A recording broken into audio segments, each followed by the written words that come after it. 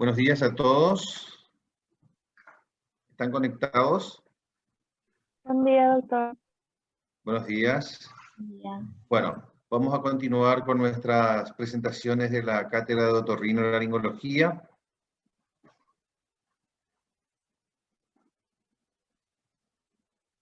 Bueno, les recuerdo siempre que estamos con la doctora Alba Brun, encargada de oídos, y la doctora Claudia Galindo, encargada de toda la parte de laringe. El libro de bibliografía para nuestra cátedra es el libro de Otorrinolaringología, Audiología y Conexiones Anexas, Afecciones Anexas, del profesor Vicente Diamante. Bueno, mi presentación, como ya ustedes saben, ya me conocen. Bueno, y hoy vamos a hablar un poquito de anatomía del macizo craneofacial. La idea es tener una idea general de todo. Todo lo que yo les presento es mucho más de lo que está en el libro. Es la suma de muchos conceptos de varios libros y de la experiencia, ¿verdad? Bueno, nosotros tenemos que el exocráneo fundamentalmente está formado por el macizo cráneo facial, donde acá nosotros tenemos los huesos del cráneo, los huesos propios, en la rama ascendente del maxilar superior, tenemos el tabique, toda la arcada dentaria, el maxilar inferior, tenemos todo lo que es el sector del zigoma, y toda la parte del endocráneo, que nosotros en realidad, toda la parte del endocráneo se puede dividir en fosa cerebral anterior, fosa cerebral media y fosa cerebral posterior. En toda la parte de la región anterior nosotros vemos la bóveda etmoidal donde se ubica y se aloja la glándula olfatoria, el bulbo olfatorio. Acá nosotros vemos otra imagen de la estructura de la fosa cerebral media. Vemos acá una estructura del etmoides y del esfenoides. Vemos de un corte sagital todo el techo de la fosa nasal. Y el techo de la fosa nasal es el piso de la fosa cerebral. Acá vemos el esfenoides, el hueso frontal, los huesos propios de la nariz. En un corte frontal nosotros podemos ver en esta disección cadavérica el seno frontal y el ostium del seno frontal que va al meato medio. Vemos el techo, toda la región anterior de la fosa cerebral anterior, vemos toda el área del bulbo olfatorio, vemos donde se van alojando en la parte superior, acá la glándula lagrimal. Sería el techo etmoidal. Acá vemos también toda la lámina cribosa del etmoides. Acá se aloja el bulbo olfatorio y a través de las fobias van pasando todos los filetes nerviosos del bulbo olfatorio. Vemos el relacionamiento que tiene todo el techo etmoidal con el seno maxilar, la pared medial del seno maxilar. La pared medial del seno maxilar forma parte la pared lateral del seno etmoidal. Acá vemos toda la parte, el etmoides anterior, el etmoides posterior, el esfenoides. Acá nosotros vemos el agujero óptico, la órbita ocular, y todo el relacionamiento que tiene cualquier proceso que se aloje en estas estructuras, por compresión o por crecimiento puede afectar las diferentes estructuras. Acá nosotros vemos la apófisis cristagalli, acá vemos todo el techo o la fóvea etmoidal, vemos cómo ingresa la carótida interna después del sifón carotidio a través de la arteria oftálmica y las diferentes irrigaciones que da. Acá vemos cómo esta es la glándula, la arteria lagrimal.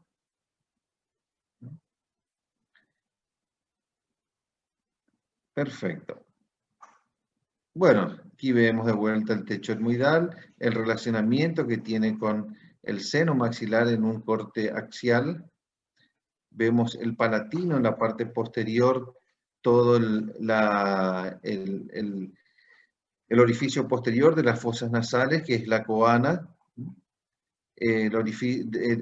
por donde ingresa el aire y va al cavum o a las coanas. Acá vemos los palatinos.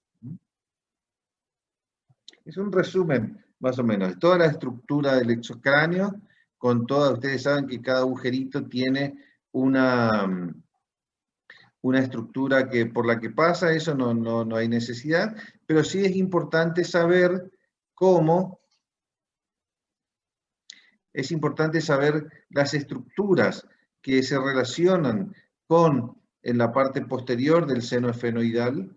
Ustedes, los pares craneales, fíjense la relación de la arteria carótida, el quiasma óptico, esto es la apófisis, la hipófisis, y las estructuras que nosotros tenemos en relación. Toda la estructura vascular, nerviosa, que se pueden comprimir por compresión al crecer cualquier estructura que pueda generar una lesión. Acá vemos la parte anterior de la fosa nasal, el orificio narinario. Acá vemos la pared lateral de la fosa nasal con la pared intersinuso nasal, el cornete inferior, cornete medio, cornete superior. Acá vemos los cartílagos, el triangular superior, el triangular inferior o alar, los sesamoides, todo el tejido conectivo. Vemos los huesos propios de la nariz, el seno frontal, el techo de la fosa nasal a nivel etmoidal. Acá estamos con la apófisis crista galli. Acá es donde se aloja el bulbo olfatorio. Este es el piso de la fosa cerebral anterior. Todo esto es el etmoides posterior. Esto es el efenoides. Este es el basiefenoides. Y esta es la coana, la parte posterior. Acá nosotros tenemos el proceso palatino y toda la arcada dentaria. En esta disección podemos ver cómo el seno esfenoidal, en realidad este es un seno etmoidal posterior, desemboca a nivel del meato superior.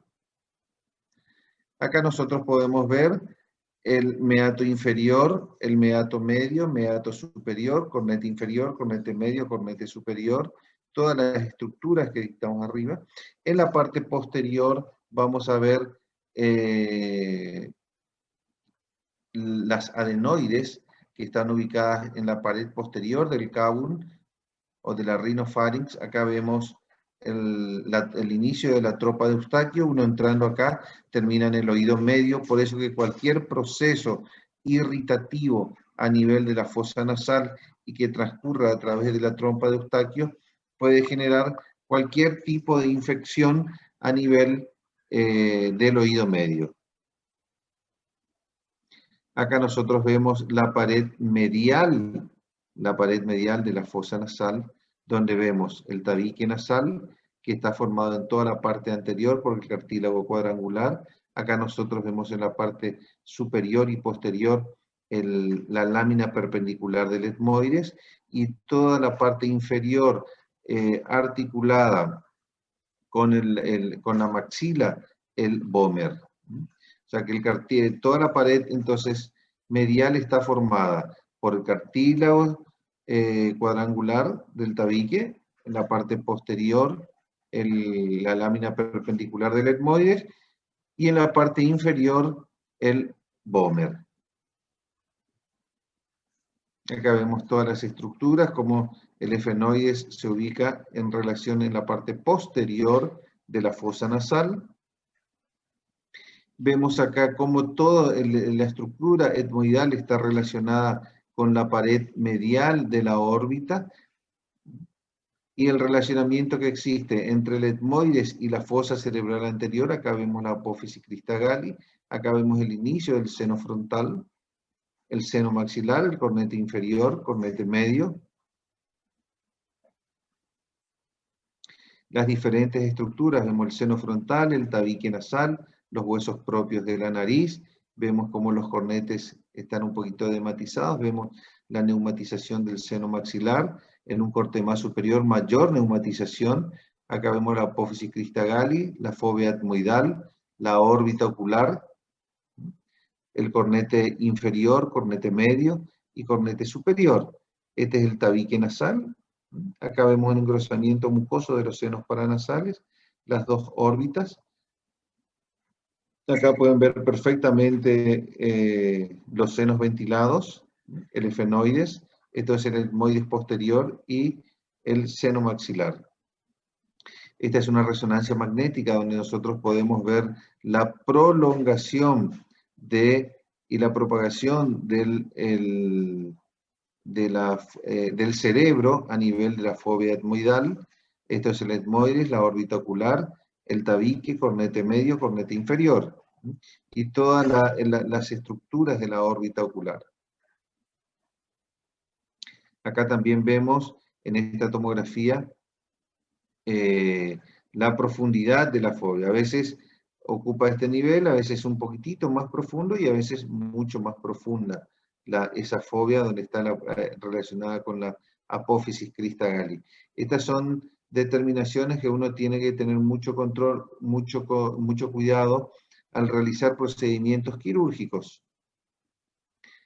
Bueno, acá también vemos el seno efenoidal, la arteria etmoidal anterior, la arteria etmoidal posterior, la oftálmica y sus ramas. Acá vemos el seno frontal, el piso del fosa cerebral anterior, el etmoides, efenoides, todo el efenoides. Acá también vemos el efenoides, el etmoides, el seno frontal, huesos propios de la nariz, cornete inferior, cornete medio. Acá vemos la estructura de la carótida interna cuando va dando el sifón carotidio y el relacionamiento que tiene la carótida con la hipófisis. Esta es la maxilar interna cuando ingresa a la fosa pterigomaxilar. Esta es la maxilar interna que da diferentes ramas. Y cuando pasa a la fosa nasal, esta arteria pasa a denominarse, cuando pasa el foramen esfenopalatino, pasa a denominarse arteria esfenopalatina, que va a irrigar toda la parte posterior y superior de las fosas nasales.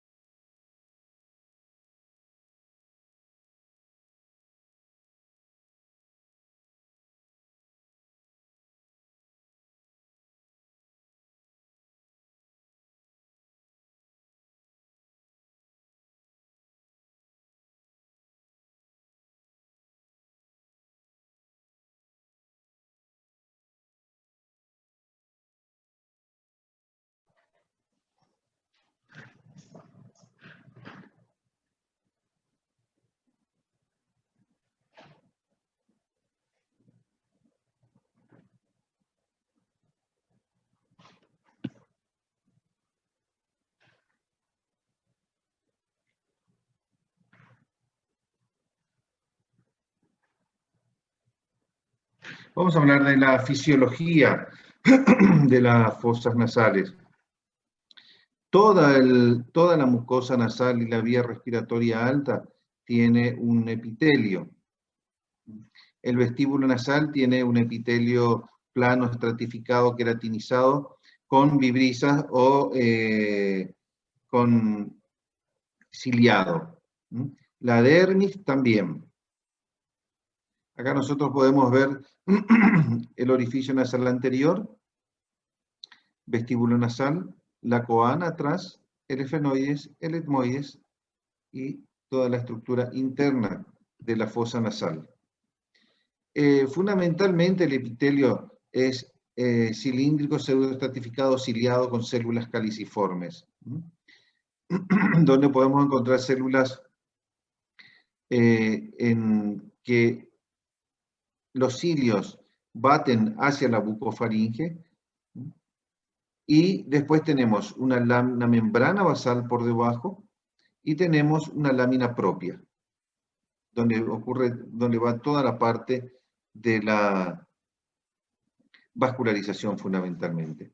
La región respiratoria, acá podemos ver como le dije, pseudoestratificado, ciliado, cilíndrico, con células caliciformes, que son las que producen.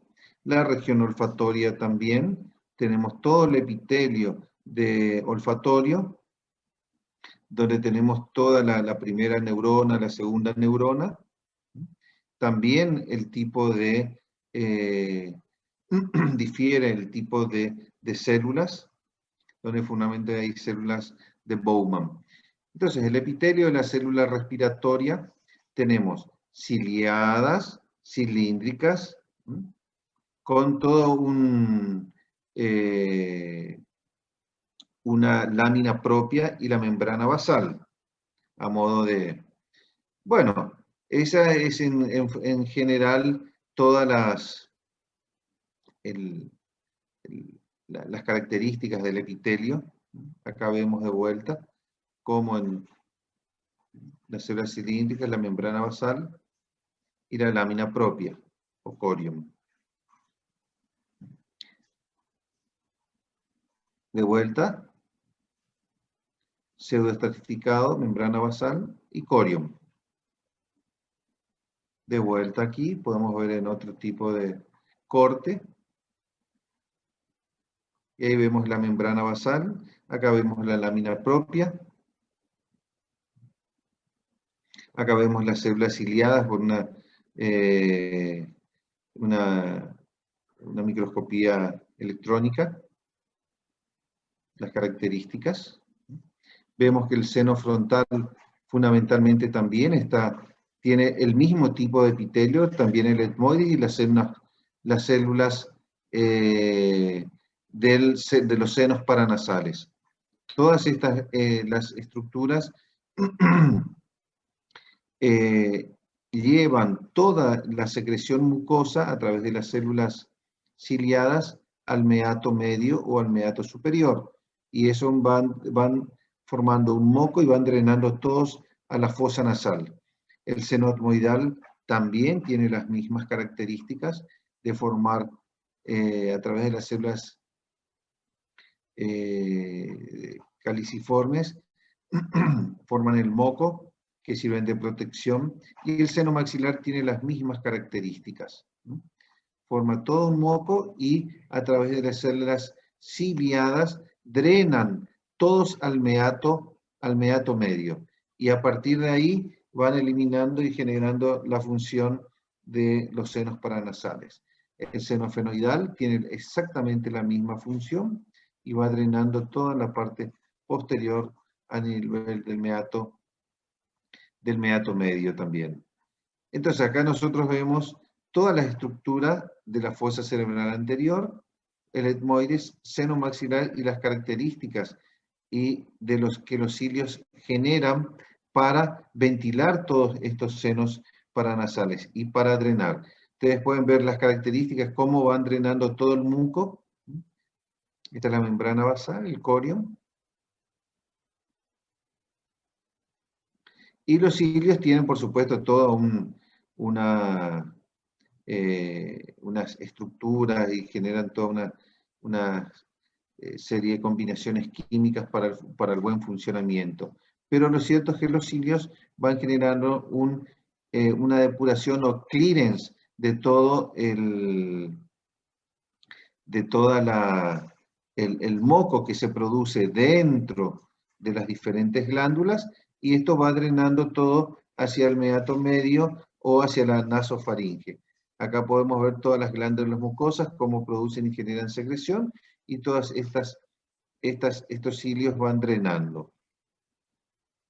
Vemos de vuelta una foto de microscopía electrónica, la formación de las células. Bueno, acá vemos cómo el seno maxilar, a través de ese epitelio, va drenando todo hacia el meato medio. Esto es así. Por más de que uno haga acá en el meato inferior un agujero como para ventilar y drenar, no. Estos tienen una dirección que van todos hacia el antro del ostium maxilar, acá. Todos. También los etmoides y también el seno frontal. Generan todos Existe un orificio accesorio que a partir del orificio natural del ostium también suele haber un orificio accesorio en el seno maxilar, que es el ostium accesorio de Giraldez. Pero por ahí no drena la mucosa, drena todo hacia el ostium natural. Eso ya está estudiado ya hace muchos años. Acá nosotros podemos ver todo el seno esfenoidal drena toda la rinofaringe, todo el seno frontal drena a través del meato medio y todas las células etmoidales anteriores y posteriores también. Acá vemos todo el seno frontal, cómo genera un clearance de depuración hacia el ostium del seno frontal y va depurando y va eliminando todo el moco, y también el moco, y no solamente eso, sino que el aire inspirado. Acá vemos el seno frontal, cómo se va generando y cómo va drenando todo.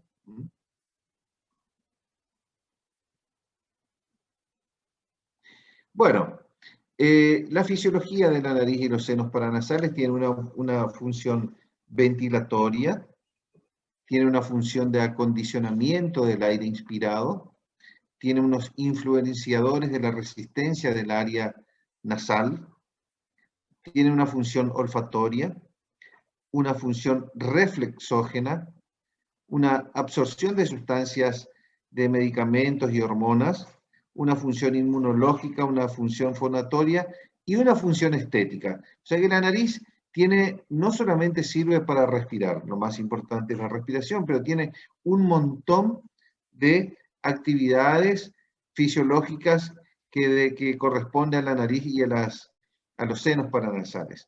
Fundamentalmente la parte ventilatoria, el aire ingresa a través del borde narinario y se proyecta toda la parte posterior fundamentalmente a través del meato medio. A través del meato medio es donde pasa la mayor cantidad de aire. Y esto generalmente empieza va con un flujo primero laminar y después se hace turbulento.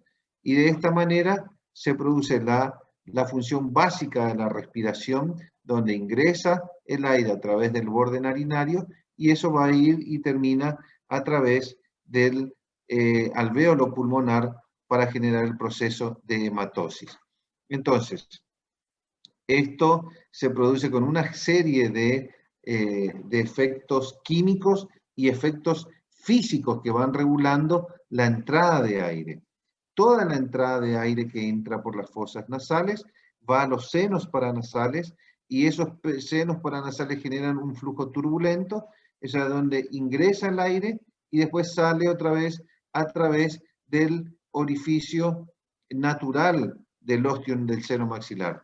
También ocurre con el etmoides y también ocurre, como ya les había mostrado, con el efenoides. Normalmente el ingreso ingresa de esta manera, a través de un flujo laminar y se hace después un flujo turbulento y eso va reciclando y generando el pasaje de aire, que va a ir después a toda la parte posterior de la nasofaringe, ya con un acondicionamiento de todas estas, del flujo aéreo, para que llegue en condiciones óptimas al proceso de hematosis. Entonces vemos cómo se genera todo, la mayor parte del flujo pasa a través del meato medio, y todos estos senos paranasales, el seno frontal, los senos etmoidales, anterior, posterior, el seno esfenoidal, después dejan en condiciones y hacen que pase el aire a la rinofaringe, y de ahí a la laringe y a la tráquea y a los alvéolos pulmonares posteriormente. Entonces tenemos un vestíbulo de entrada, una cavidad anterior, y entre estos hay una válvula que está, válvula nasal anterior, que está, digamos, regulada por el tabique nasal, por el cartílago cuadrangular, el borde inferior, el cartílago cuadrangular, triangular superior, y el borde cefálico del cartílago alar superior. Acá tenemos el sector de los cornetes y la nasofaringe. El ingreso de la fosa del aire, a este nivel, que se genera a través de diferentes flujos y diferentes válvulas. Como le dije, esta es la válvula, es una válvula que genera una resistencia al pasaje de aire. Acá vemos la estructura, el aire cómo ingresa. A este nivel se produce la resistencia a la entrada de aire. Y acá vemos también cómo se produce el ingreso de toda esta válvula de aire a través de la regulación del efecto valvular. Bueno, también se produce un filtrado. El filtrado no solamente por esas fibras, por esas cilias, sino por todo el moco que es secretado por las células caliciformes, generan un filtrado, y ese transporte mucociliar a través de las cilias y el filtrado, eso fundamentalmente se produce la mucina a través de esa secreción glandular, y eso hace que mantenga húmeda toda la mucosa nasal, toda la mucosa respiratoria, y esas tienen estructuras químicas que hacen que formen parte del flujo y de la actividad, de todo lo que es la actividad fisiológica de la nariz. El calentamiento también se produce fundamentalmente a través del ingreso de los senos paranasales. Ese flujo que ingresa a las fosas, a los senos paranasales, ese aire no es un aire que tenga condiciones adecuadas para que vaya al proceso de hematosis. Sin embargo, los senos paranasales adoptan y adaptan ese aire, que le dan una temperatura, un calentamiento adecuado para que llegue en condiciones óptimas para el proceso de hematosis. Eso también se produce todo a través de una distribución del flujo, donde todo ese flujo llega ya calentado y con una humedad adecuada al alvéolo pulmonar. Esa humidificación óptima se produce fundamentalmente a través de la acción que tienen los senos paranasales y que le dan una posición adecuada a ese aire inspirado. También se genera toda una serie de estructuras que generan resistencia al pasaje de aire.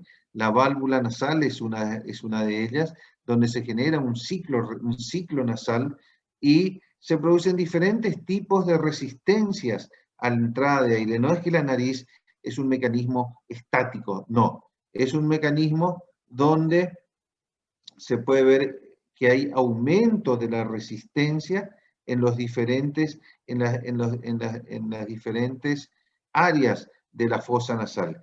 Y ese aumento de la resistencia y ese aspecto dinámico que tiene la fosa nasal hace que el ciclo nasal, el de inspiratorio y el ciclo expiratorio, genere una fisiología donde regula la entrada y salida de todo el aire inspirado. Y eso se da a través de diferentes efectos físicos que regula la válvula nasal fundamentalmente. El ciclo nasal es un ciclo donde en toda la mucosa nasal de los cornetes se van produciendo procesos de ingurgitación y regurgitación permanentemente dentro de la nariz. Y ese ciclo nasal se va generando durante toda la vida, y generan procesos de ingurgitación y regurgitación de los cornetes de las fosas nasales. Así que eso, el ciclo nasal es un factor muy importante que determina la fisiología nasal y que hace que el aire inspirado tenga las perfectas condiciones para que vaya el oxígeno en óptimas condiciones al alvéolo pulmonar. Bueno, esto es un poquito todo. Acá nosotros vemos la válvula nasal, cómo se produce ahí, vemos una imagen, es por debajo de la cartílago triangular superior y arriba del alar, y el tabique nasal.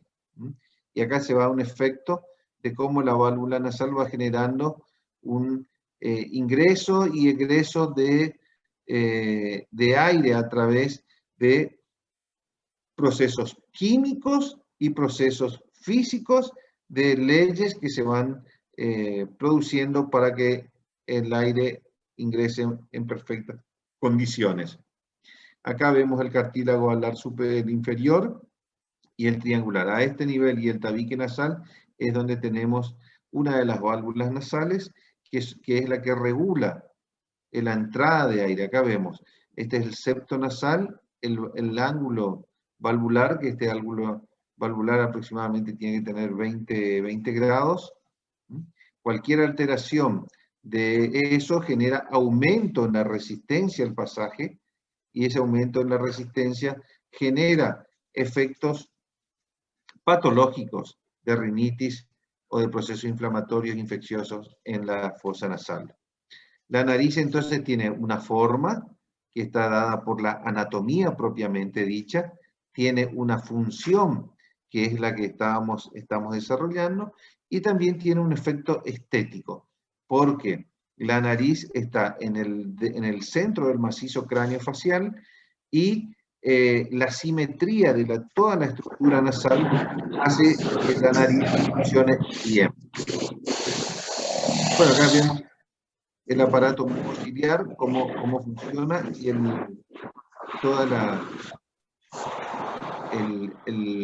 el clearance mucociliar, cómo se va produciendo. Esto ya lo habíamos hablado. Bueno. Perfecto. Bueno, también hablamos. Alguien tiene abierto, por favor, si puede cerrar ahí su micrófono, por favor. Hay cambios nasales que se producen con la vejez, porque el proceso de cambios de la piel, del debilitamiento de la piel, del afinamiento de la piel, del afinamiento y debilitamiento de los cartílagos y todo el tejido conectivo, hace que la nariz tenga cambios a medida que uno va creciendo. Y ese debilitamiento normalmente puede generar patologías o alteración del flujo nasal a nivel de las fosas nasales. La actividad física también genera una reducción de la resistencia nasal. Bueno, son cosas que uno está viendo en estos últimos años. La respiración, la postura, también tienen alteraciones, el tipo de piel cuando es muy gruesa, la temperatura del aire también afecta la fisiología nasal, la hiperreactividad nasal por el frío. Ustedes ven que cuando ustedes están en contacto con un aire acondicionado, puede generar una alteración de congestión de la nariz, afectando toda la estructura fisiológica y genera una rinitis. Y eso genera obstrucción nasal. Cualquier tipo de alteración de menor de 15 grados y mayor de 30 grados puede afectar también el clearance mucociliar y puede afectar el funcionamiento de las fosas nasales. Existen hormonas que se generan a través, se introducen a través de las fosas nasales, a través del proceso de vasodilatación también. Bueno, problemas emocionales, estamos viendo ahora con todo el tema del COVID, que alteraciones psicológicas y emocionales están afectando la respiración, y está todo en estudio. La respiración y el proceso de flujo de aire desde la fosa nasal a los bronquios, aparte de generar el COVID, una alteración restrictiva en el funcionamiento pulmonar, también genera una alteración en el funcionamiento nasal. Acá nosotros vemos la ubicación del bulbo olfatorio con las fibras olfatorias, con todo el epitelio y su ubicación y cómo se va generando el olfato a través de este par craneal. Acá podemos ver, bueno, cómo una sustancia y uno ingresa y a través de los receptores uno envía a la parte frontal del cerebro. Bueno, esta es la vía olfatoria que ya más o menos todos conocemos, la función reflexógena. También todo lo que sea reflejo nasal, como el estornudo, eso normalmente está regulado por el trigémino, el sistema nervioso autónomo. Y responde a un mecanismo de defensa de la nariz. El estornudo es un mecanismo de defensa que utiliza la nariz. Y para eso hay reflejos vasomotores, reflejos secretores, reflejos motores y alérgicos, propiamente dicho, ¿verdad? Hay un reflejo nasobronquial, que es el de la obstrucción de la nariz y que genera vasoespasmos. Acá podemos ver nasobronquial. Diferentes tipos de reflejos. Acá vemos de vuelta el estornudo, que es un mecanismo de defensa, y diferentes tipos de reflejos vasos y neurovasculares que genera la nariz. La hiperactividad parasimpática, a veces el efecto parasimpático en la fosa nasal genera una rinitis colinérgica que está mediada por el efecto parasimpático y que genera normalmente dificultad para respirar porque genera una hipertrofia de los cornetes, y eso normalmente se asocia a todos los efectos parasimpáticos o sintomatología parasimpática como sudoración de manos, hipersecreción bronquial, hipersecreción gástrica.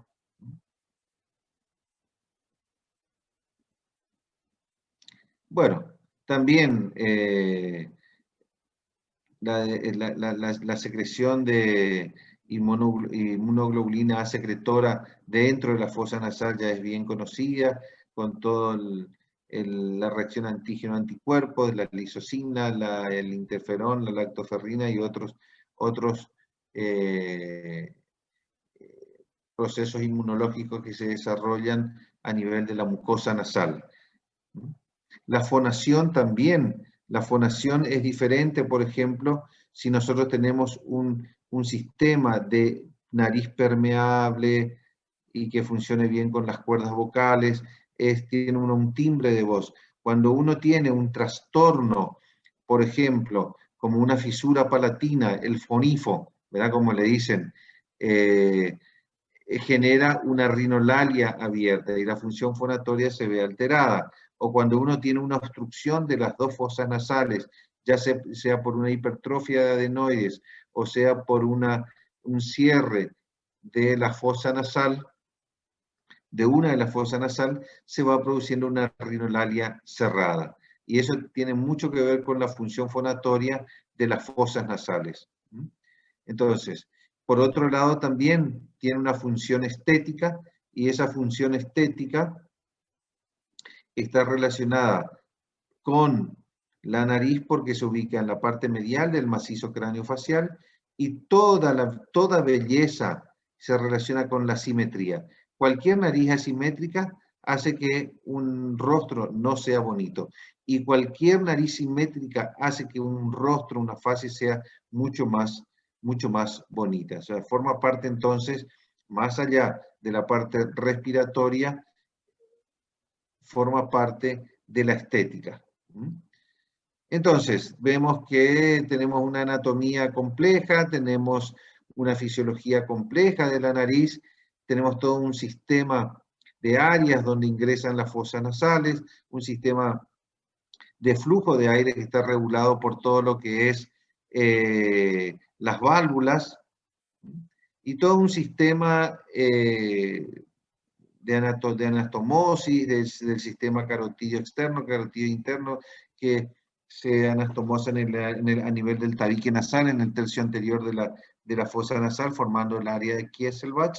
Y bueno, y toda una inervación fundamentalmente que se da a través del trigémino.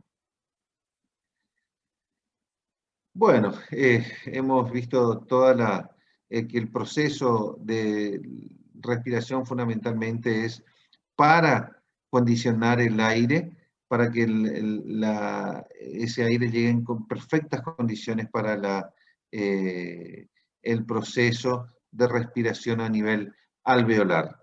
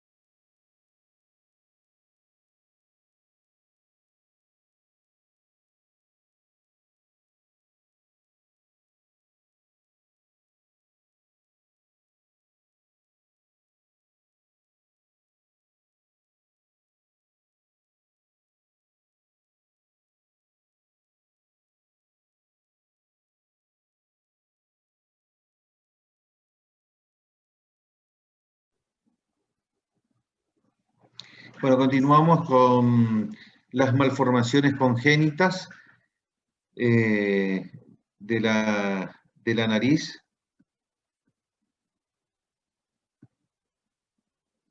Bueno, nosotros podemos ver diferentes tipos en el momento del nacimiento podemos ver diferentes tipos de alteraciones en los recién nacidos. Alteraciones que pueden ser por infecciones, como pueden ser procesos que se hayan producido durante la gestación. Podemos ver alteraciones por fármacos, podemos ver diferentes tipos de trisomías, alteraciones como la trisomía del 13º par, del cromosoma 18, diferentes tipos de síndromes que nosotros podemos observar en el momento del nacimiento.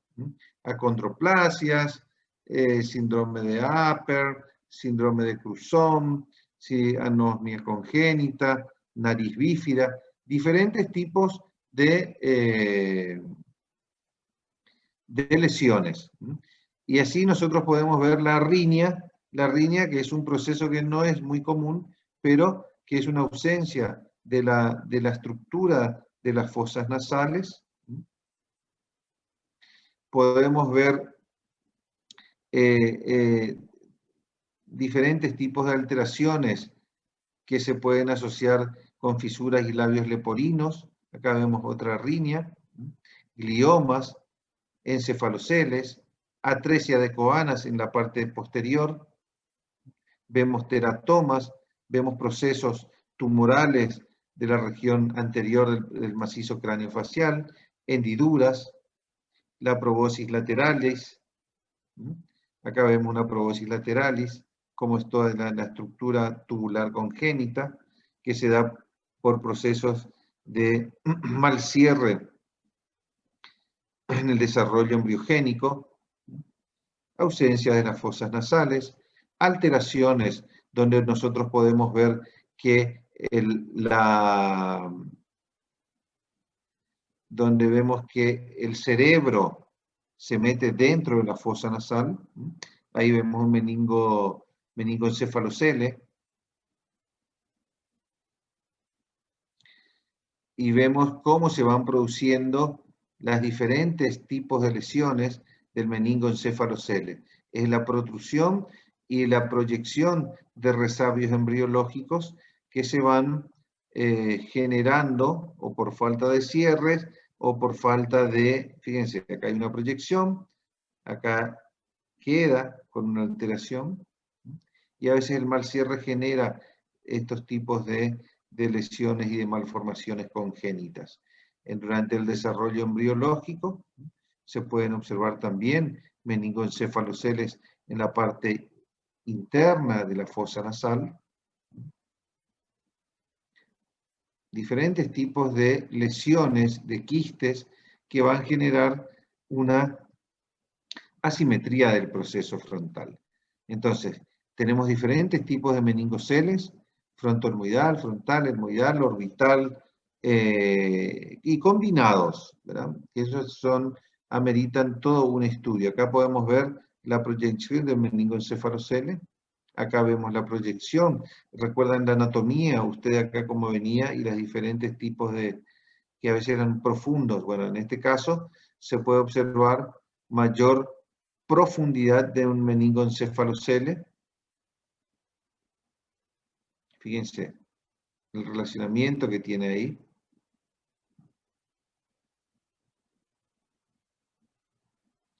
Podemos ver procesos de asimetría en los huesos propios, en la parte medial, entre los ojos, generando un epicanto externo, generando un hipertelorismo, un ensanchamiento de la base nasal. Acá vemos un quiste dermoides que puede estar relacionado o ubicado en la región lateral, a veces pequeñas fístulas y quistes. Acá vemos procesos que pueden ir para atrás asociados, un meningocéfalo ubicado en el efenoides. Acá vemos en este corte axial cómo se produce la invasión del efenoides atrás. Acá vemos en un corte sagital también la proyección de la malformación congénita. Y bueno, normalmente todos estos cuadros de malformaciones tienen corrección quirúrgica. Entonces, acá vemos cómo se pueden los diferentes tipos de resecciones que se pueden hacer por vía externa o por vía interna. Acá vemos la proyección de este meningoencefalocele, cómo uno puede abordar por la fosa nasal sin necesidad de entrar por arriba a través de una craneotomía. El simple abordaje de la fosa nasal, a través de la fosa nasal, uno puede tener un abordaje completo de toda la patología. Acá es lo que nosotros habíamos hablado del fontículo frontal y cómo esto puede generar, si no genera un cierre, puede generar una herniación y acá puede formar un glioma o un quiste dermoideo o encefaloceles, que son diagnósticos diferenciales que uno debe hacer en el diagnóstico, en el estudio de los diagnósticos diferenciales de lesiones y malformaciones faciales. Acá vemos otro quiste dermoide con un ensanchamiento de la raíz de la fosa nasal.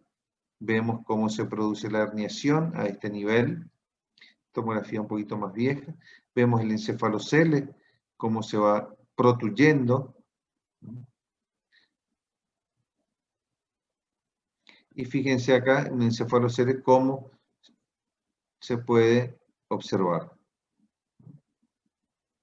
Generalmente generan asimetrías faciales y en las tomografías uno ve las diferentes lesiones. Acá vemos un hemangioma más en la punta nasal. Son generalmente malformaciones vasculares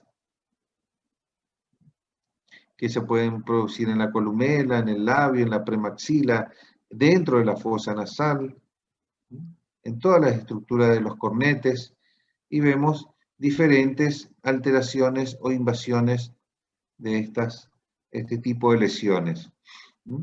Acá vemos quistes y fístulas del dorso también, cómo se pueden generar. Y son todos diagnósticos diferenciales que hay que hacer en el momento del nacimiento, o en el momento de observar una asimetría facial. Acá vemos también un hipertelorismo, un ensanchamiento de la raíz de la fosa nasal, y vemos cómo un proceso invasivo genera una deformación total del rostro.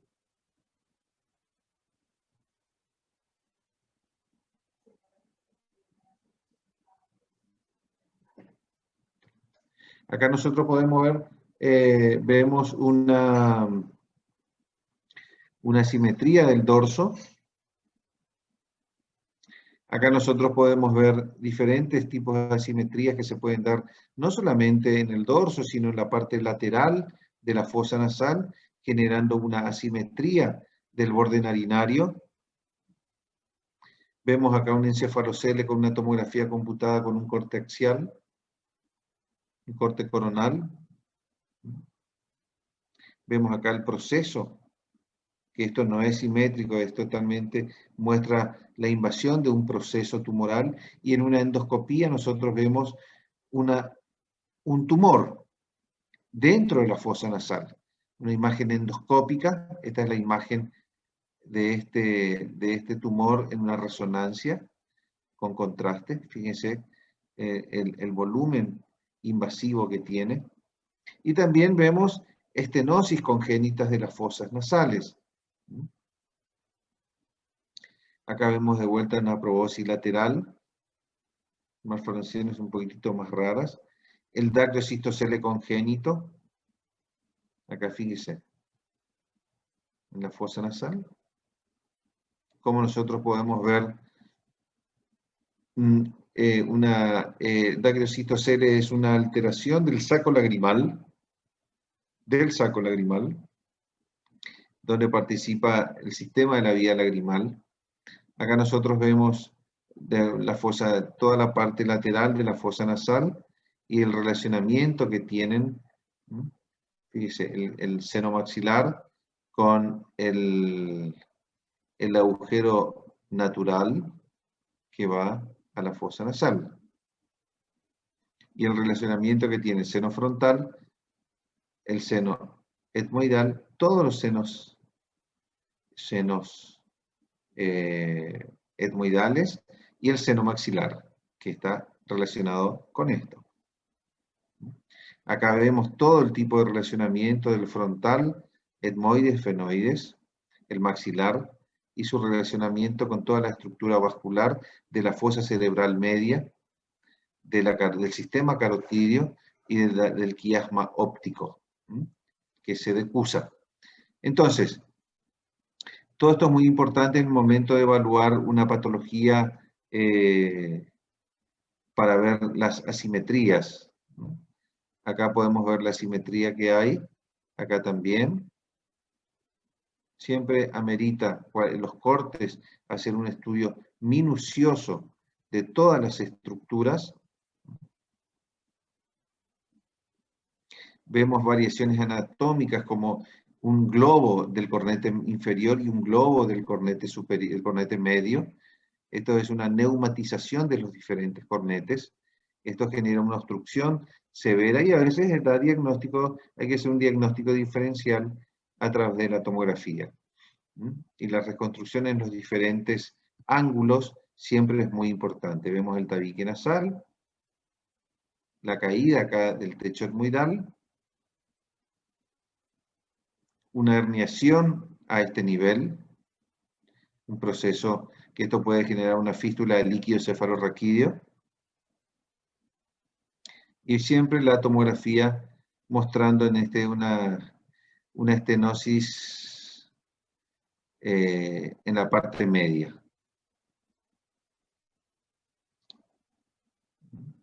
Alteraciones en el piso etmoidal. Vemos asimetrías.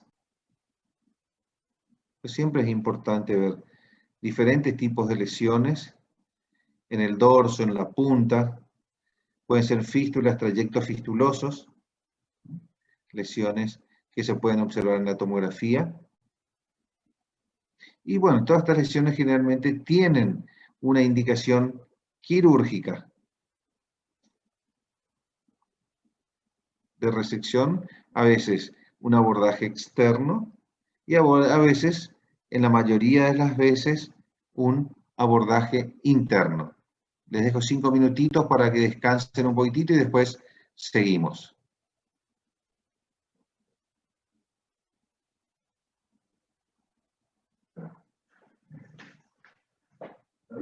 Está bien, doctor.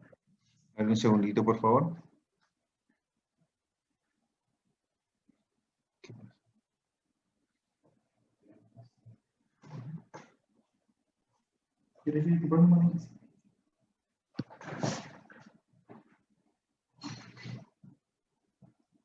Adelante, por favor.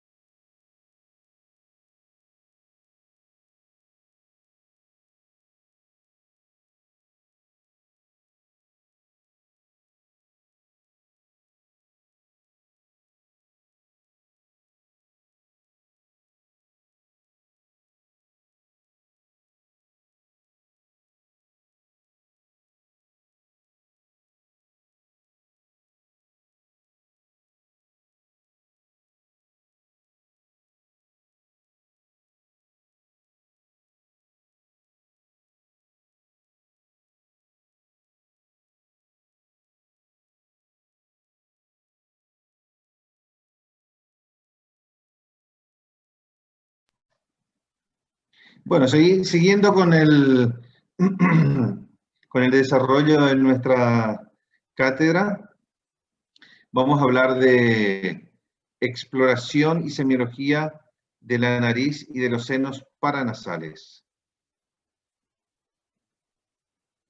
Bueno, todo examen semiológico de la fosa nasal requiere siempre, como siempre, y como es muy bueno hacer, es una anamnesis, un interrogatorio. Si uno hace un buen interrogatorio, prácticamente tiene el 90% del diagnóstico de una patología, porque cada patología habla por sí misma y dice su expresión.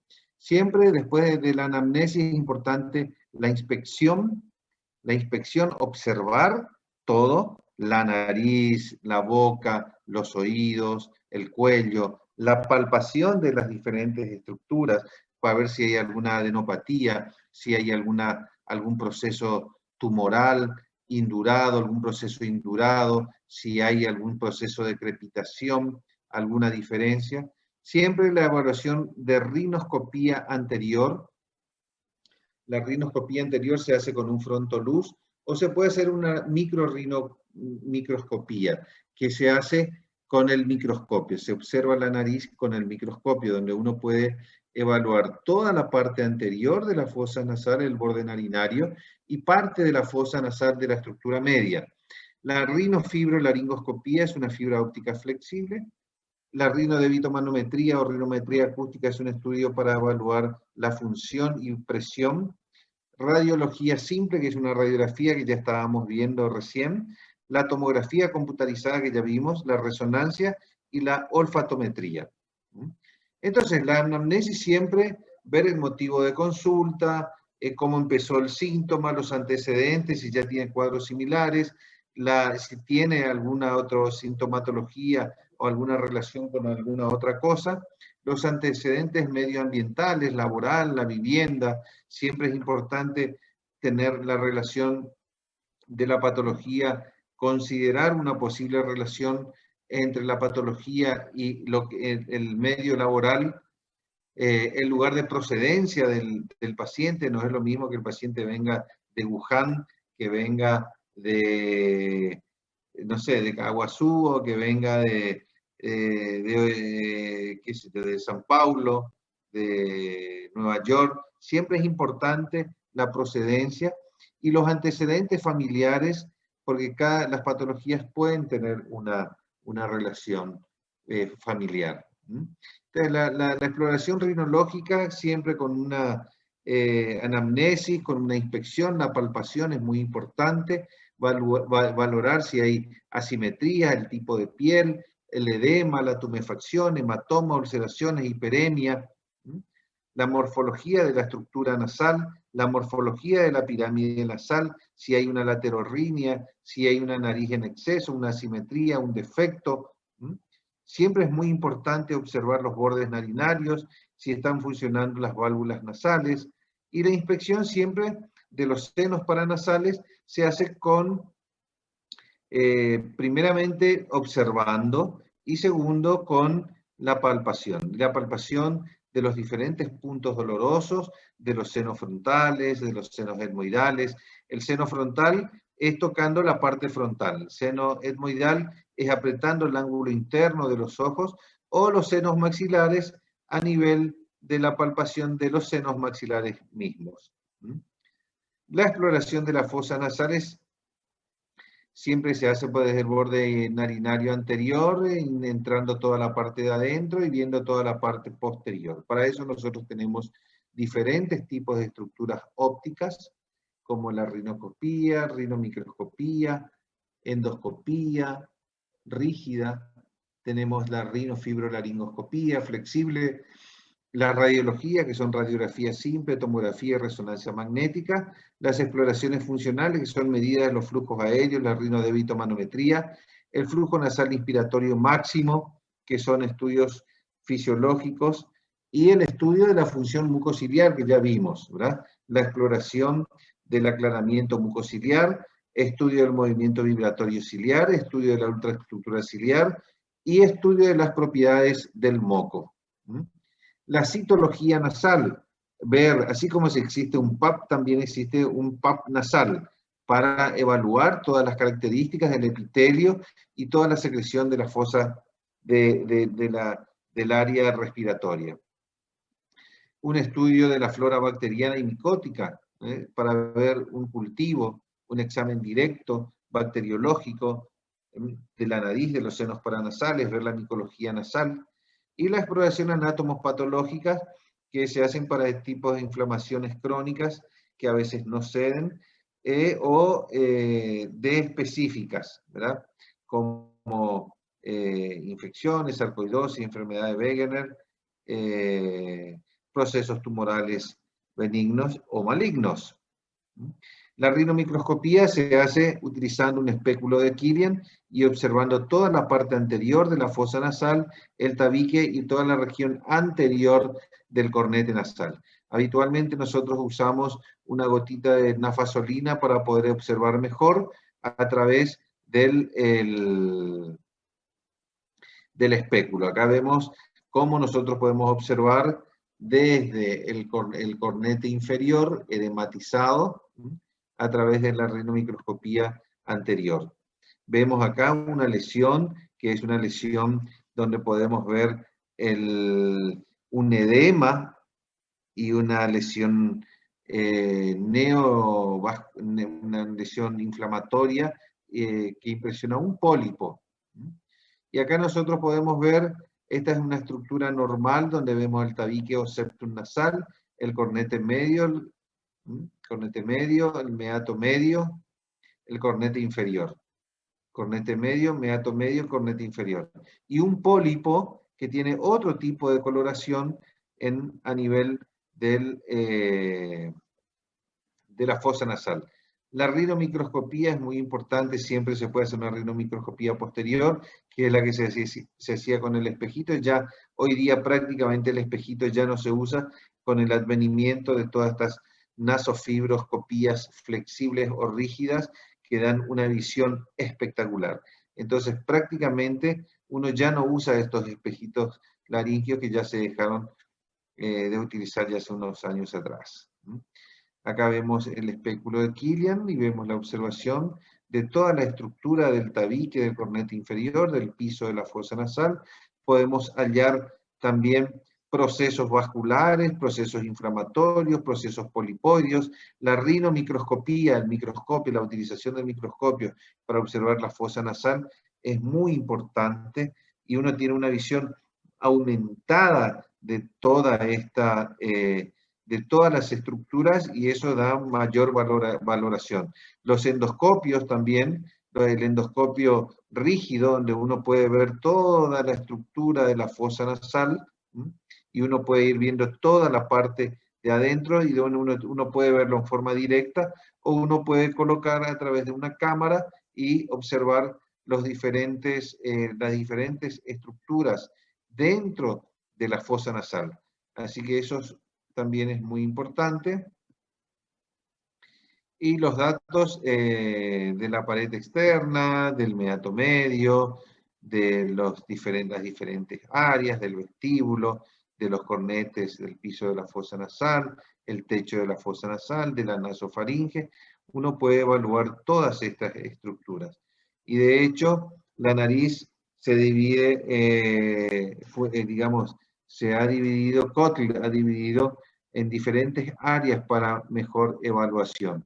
El área 1 es la valvular, el área 2 es la atical, el área 3, disculpen, el área 1 es el área vestibular, acá el vestíbulo nasal. El área 2 es la valvular, donde está relacionado con la parte inferior del cartílago cuadrangular, la parte superior del cartílago alar y el tabique nasal. Después tenemos el área atical, que es el área 3, que es la parte superior y dorsal. Después tenemos el área turbinal anterior, turbinal por delante de la cabeza de los cornetes, y el área turbinal posterior o coanal, de las coanas. 1, 2, 3, 4 y 5 regiones que son áreas para hacer estudios para evaluar toda la parte de adentro. ¿Verdad? En el vestíbulo nasal, uno puede observar el vestíbulo, ahí vemos todo el cornete inferior, el tabique, el piso de la fosa nasal, ese es el cornete medio, ahí vemos el receso frontal, y más atrás estaríamos observando todo lo que es el meato medio, el cornete inferior y toda la parte coanal posterior atrás, donde nosotros podemos ver primero el piso de la fosa nasal y después todo lo que es la región posterior o la región coanal atrás. El cabum o coana, ahí. Ahí vemos el paladar blando, parte del paladar blando, la fosa de Rösselmüller, el rodete tubario, todo lo relacionado con la anatomía de la nariz. Bueno, la endoscopía nasal es fundamental, hoy todo el mundo usa un endoscopio y uno puede evaluar todo, desviaciones de tabique, hipertrofia de cornetes, variaciones anatómicas, espolones condrobomerianos, espolones óseos, el color y las características que pueda tener una mucosa nasal, cuanto más pálida, más relacionado con la alergia, cuanto más roja, es relacionado con procesos parasimpáticos, y ver alteraciones crónicas como perforaciones septales, infecciones crónicas. Acá nosotros podemos ver también la transiluminación a través, se puede observar. Acá vemos una transiluminación durante una cirugía donde hemos abordado el proceso frontal en una lesión crónica de muchos años. Ahí vemos cómo a través de una transiluminación hemos ingresado al seno frontal.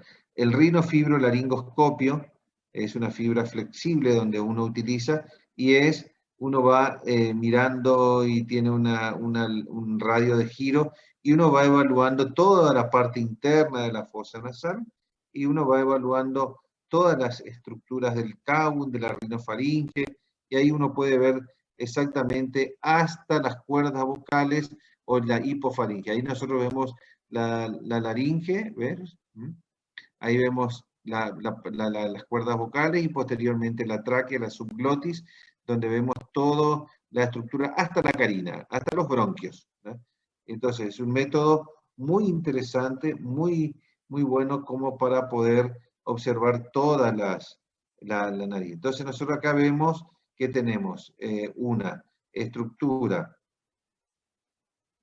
de fibras rígidas y fibras flexibles, donde se le pone un cabezal y uno puede filmar los diferentes tipos de lesiones. Las radiografías son muy importantes y el par radiológico de senos paranasales, la frontonasoplaca y la mentonasoplaca. La frontonasoplaca es para evaluar fundamentalmente el seno frontal y las celdas etmoidales. Uno puede ver la órbita, pero fundamentalmente el seno frontal y las celdas etmoidales. La mentonasoplaca, la frontonasoplaca uno pone en la frente y la punta de la nariz sobre la placa y se saca la radiografía. La mentonasoplaca uno coloca el mentón y la nariz sobre la placa y se disparan los rayos X para observar. Fundamentalmente tenemos imágenes de ventilación de los senos maxilares, acá, y acá vemos el seno etmoidal anterior también. Parte del seno frontal, pero no sirve.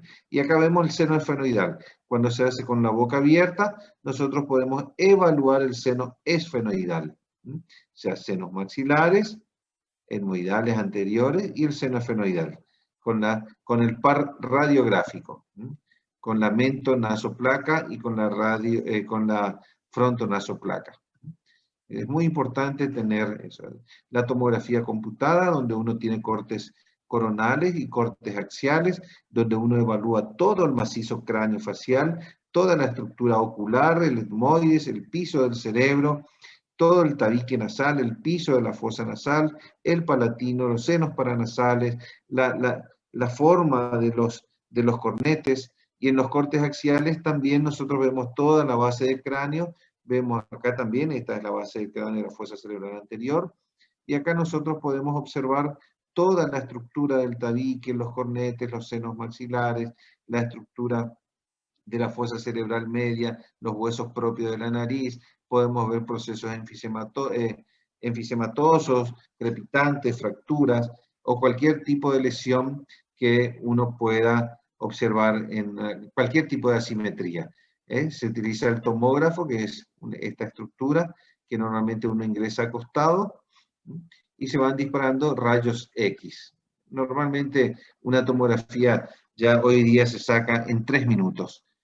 Es rápido. Y las tomografías dan mucha imagen, mucha información sobre fundamentalmente lo que es hueso. Hueso es espectacular.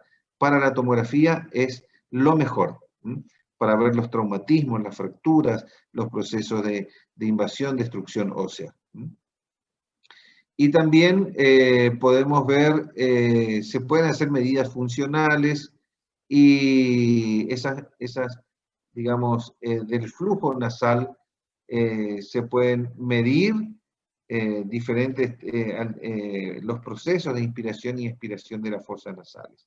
La resonancia magnética, nosotros vemos que la resonancia magnética, tenemos también cortes coronales, cortes axiales, y es un equipo más grande donde uno entra y tiene un ruido digamos, anteriormente era como una cápsula. Hoy hay procesos mucho más modernos que inclusive, que son más chicos, que simulan como un tomógrafo, donde tiene un campo electromagnético y uno va haciéndose los estudios y la información que da es de tejido blando para todas las estructuras. Se puede hacer tejido, digamos, una resonancia magnética de encéfalo, de cuello, de tórax, de miembros, de articulaciones, de la articulación temporomandibular, se puede hacer de brazo, de pierna, de mano, y la información se corrobora con la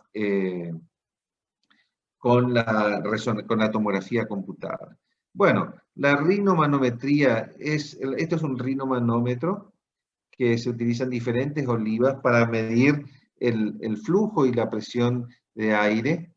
Se utilizan diferentes tipos de equipos para medir presión y flujo.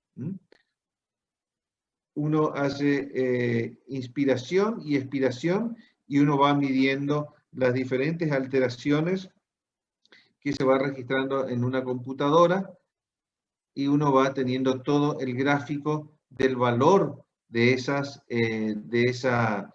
estudio.